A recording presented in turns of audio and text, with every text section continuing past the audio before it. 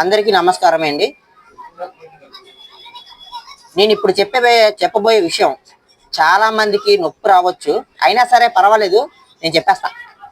నా మనసులో ఉన్నది మాట్లాడతా.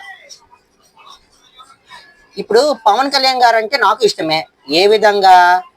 సినిమా పరంగా ఇష్టం అంతే. సినిమా పరంగా నాకు ఇష్టం అంతే, అంతకు మించి ఇంకేమీ కాదు. అయితే ఆయన ఇప్పుడు డిప్యూటీ సీఎంగా వచ్చారు. ఓకే. కొంతమంది పవన్ కళ్యాణ్ అభిమానులు ఏమంటున్నారు తెలుసా? మా వాడు చెప్పులు పంచాడు, మా వాడు 500 కోట్లు కౌలు రైతులకు ఇచ్చాడు, ఇంకేవేవో మాట్లాడుతున్నారు. రోడ్లు వేసాడు తన సొంత డబ్బులతో అని. ఒక మాట అడుగుతా,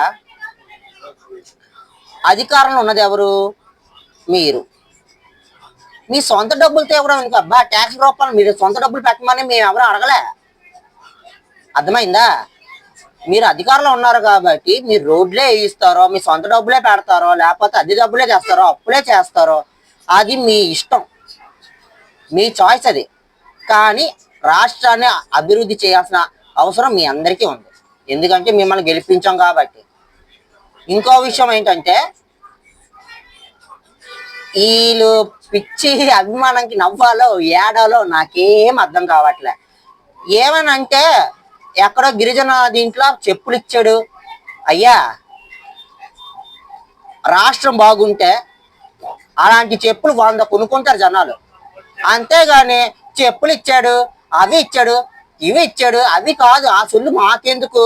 రాష్ట్రానికి ఏం చేశాడు? ఇప్పుడు ఒక విషయం, ఇది విజయవాడ అనుకున్నామండి. విజయవాడ రోడ్లు వేసాడు. అదే విధంగా రాజమండ్రిలో కూడా రోడ్లు వేయాలా, అదే విధంగా తిరుపతిలో రోడ్లు వేయాలా, అదే విధంగా నెల్లూరులో రోడ్లు వేయాలా. ఒక దగ్గరే వేసానంటే అర్థమైంది. అంటే మిగతా వాళ్ళు ఎరిపప్పలా ఓట్లు వేసిన వాళ్ళు.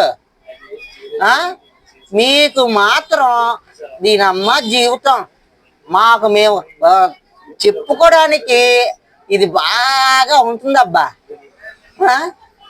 మీకు మీరు డబ్బాలు కొట్టుకోవడం మానేయండి. ఇంకోటి, ఈ రోజు ఉన్న మాట రేపు ఉండదు.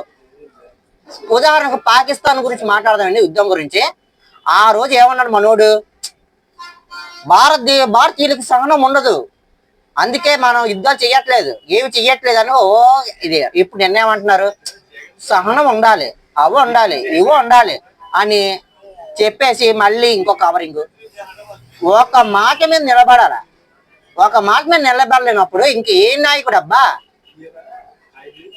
ఒక విషయం అండి, జగన్ పరిపాలన బాగోలేదు కాబట్టి మిమ్మల్ని గెలిపించాం. అది కూడా పవన్ కళ్యాణ్ గారిని చూసే గెలిపించాం.